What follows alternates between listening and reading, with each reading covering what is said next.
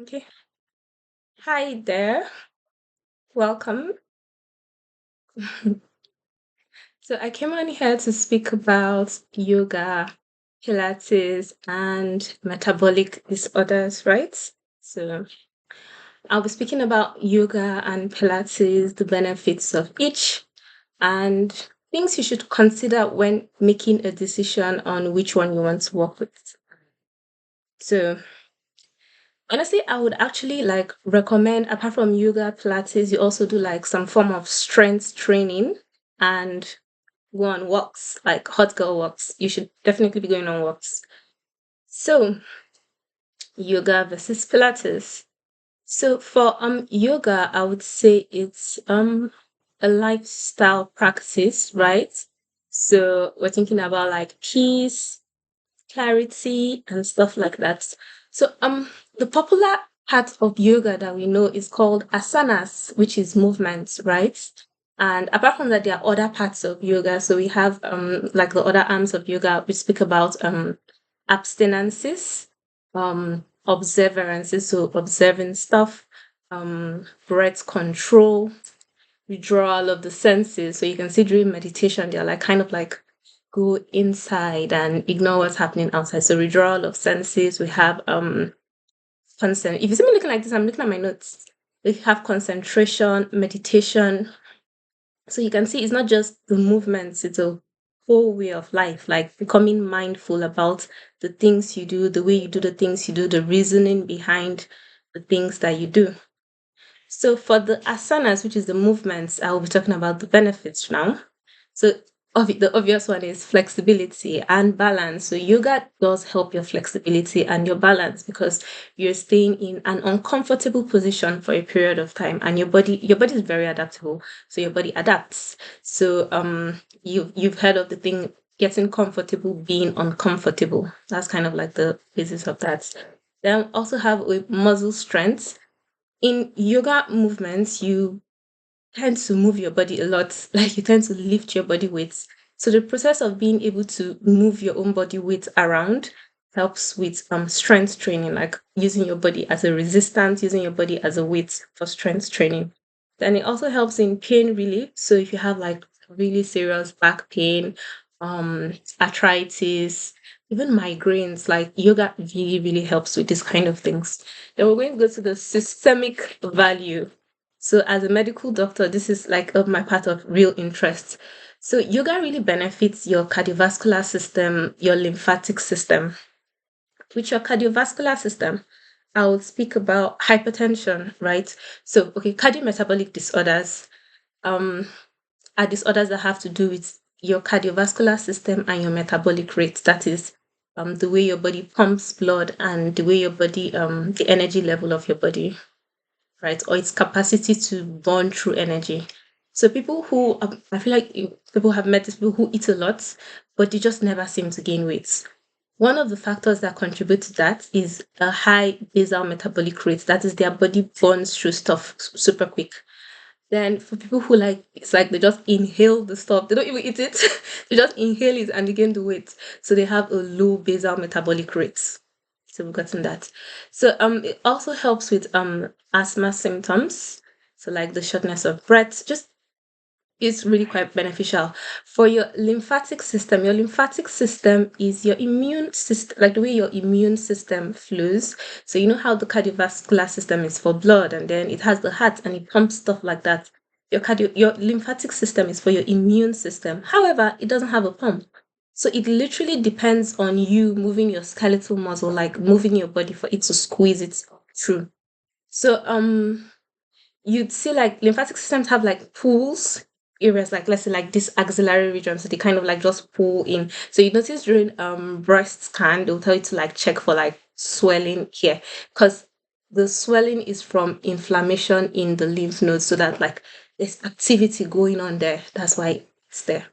So yoga really helps with the circular movement, so we're helping with drainage out of these lymphatic systems, and it allows your immune system to flow more. Then the biological markers, if you're someone who is like, all this sounds superstitious, I want to see the results, this is what you should actually check for. So biological markers are like things that show something is good, show a certain type of activity in your body. I would say before you start your yoga practice, like for the next 3 months, I'm going to do consistent yoga, maybe 2 times a week or something like that. Go and do like a test and find out your C-reactive protein level and your cortisol level.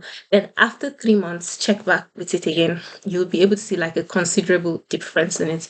This is because cortisol is a hormone that is secreted when your body is under stress, right? And yoga like triggers your parasympathetic system. So your nervous system has the sympathetic part and the parasympathetic part.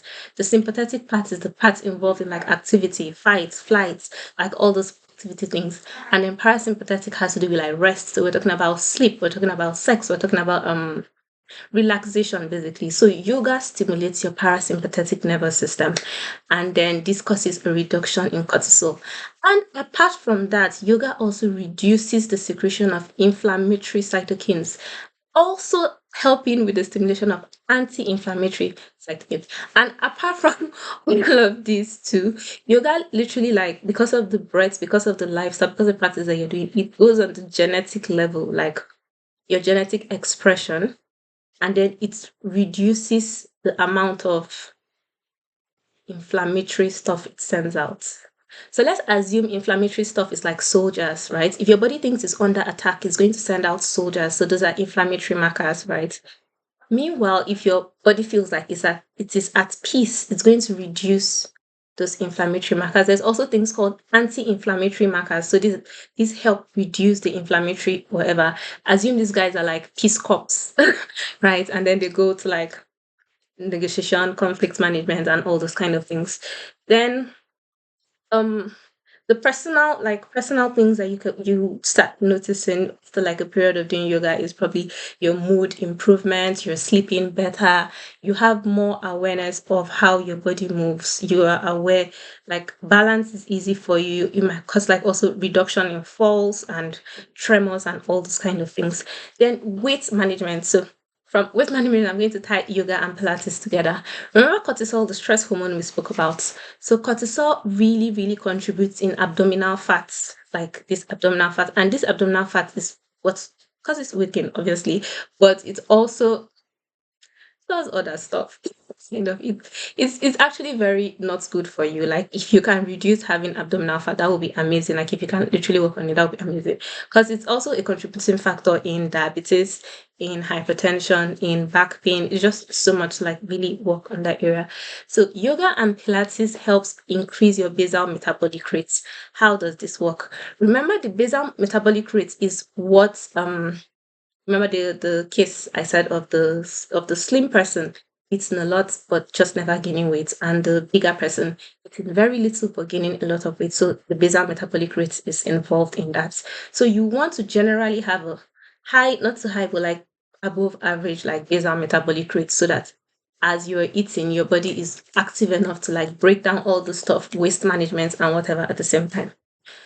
So, yoga and Pilates, during these movements, we use oxygen because you're not like it's not like running or sprints or like this aerobic fast pump exercises that you're like sweating and panting at once. It's kind of like a slow burn for like an hour, right? So your body uses oxygen. That's why we also use the breaths a lot in Pilates and yoga. You hear them speaking about move with your breaths, your breath, your breath, your breath, because we need oxygen for this. And then your body gets super, super efficient at managing oxygen and energy, because remember, it had to manage that oxygen throughout your class, and then it keeps on looking for the oxygen. And that method is it's literally burning pure fats. The process of like using oxygen to break down fats to give you energy for your workouts. It's a different process. The process of the anaerobic ones, that's the running, it's a whole different process. Yoga and Pilates is a different process. So you notice people who do yoga and Pilates, they get like really slim over a long period of time, right? This because it occurs over time. So I'm going to move to Pilates. I never know if I'm getting the pronunciation right. I feel like if you read a lot more than you talk, you will get a lot of pronunciations wrong. That's cool. So Pilates is a system of exercise, a system. So you can see, like yoga is a practice, a lifestyle. Although it has its own system, but Pilates, you need to think about it like it's structured, right? So it treats the body like a machine, and then your core, that is like your core, your back supporting muscles, your pelvis muscles are the main, they are like the center of interest in Pilates. So all the movements kind of target around making these parts of your body more healthy. So you would see like in Pilates, they're always like your core, or you can see them doing like these crazy back movements because it's stabilized. So the thing I really, really found interesting about Pilates that drew me to it was that prior to that, the spinal cord, in my opinion, had always been this fragile thing. Like I don't want to break it, or if you injure your spinal cord, you're like gone forever.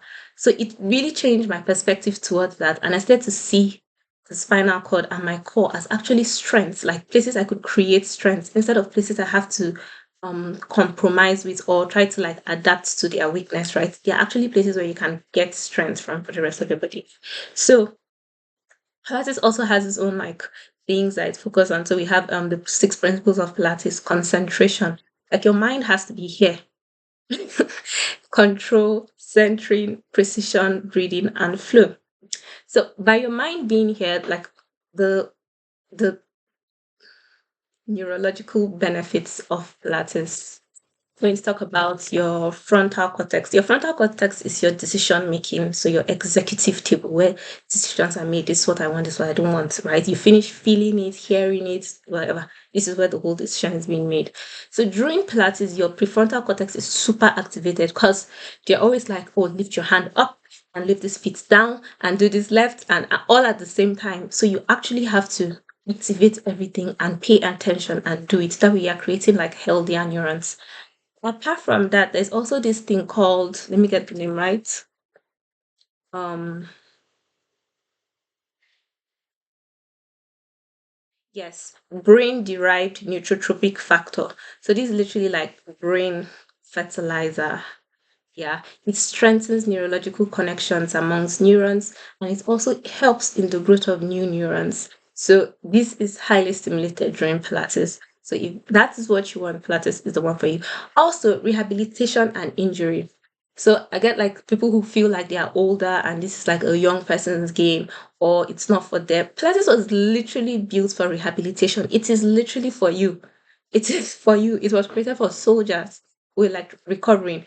So it is for you. Like especially if you want to recover movements or you're having a grandchild soon or you kind of like got a diagnosis and you want to do something different. Pilates is it for you. It addresses all those tiny loopholes. Yes, the gym is nice. Yes, running is nice, but those are all activities that can occur without you engaging your body. Like that mind muscle connection is what makes it, it changes everything. And these things are built during practices like yoga and Pilates. So, yes, that's it for this call. One more thing, I'm having an event. I'm collaborating with Copper and Gold, and we're having a very, very delicious experience in this very cute cafe. So there'll be yoga, there'll be Pilates, there'll be vibe coding, aromatherapy. Like if this is something you're feeling, you should definitely be there because it's actually very going to be very, very cool. It's happening this Saturday. You can either message me for the tickets or there'll be a link in my bio that you can reach out for. So I hope to see you then and I really do hope you enjoyed this. Bye.